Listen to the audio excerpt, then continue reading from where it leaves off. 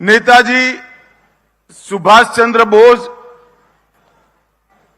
1857 થી 1947 સુધીના 90 વર્ષના આઝાદીના સંગ્રામમાં ધ્રુવ તારાની જેમ સમગ્ર વિશ્વની અંદર ચમકતો ધ્રુવ તારો પૂરું જીવન અનેક માર્ગોથી આઝાદી માટે સમર્પિત કર્યું અને દુનિયાભરના દેશોના આઝાદીના સંગ્રામોનો જ્યારે ઇતિહાસ લખાશે એની અંદર કલકત્તાથી જર્મની સુધીની એમની લોંગ માર્ચ -42 ડિગ્રી ટેમ્પરેચરમાં પણ રશિયાથી પગે ચાલીને જર્મની પહોંચી સિંગાપોર આવી આઝાદ હિન્દ ફૌજ બનાવી અને ભારતને આઝાદ કરવાનો એક પ્રચંડ પુરુષાર્થ કર્યો।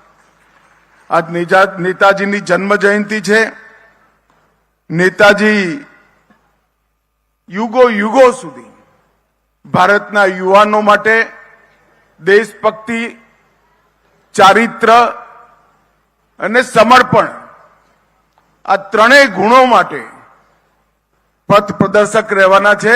નેતાજીને હું ફરીવાર પ્રણામ કરું છું।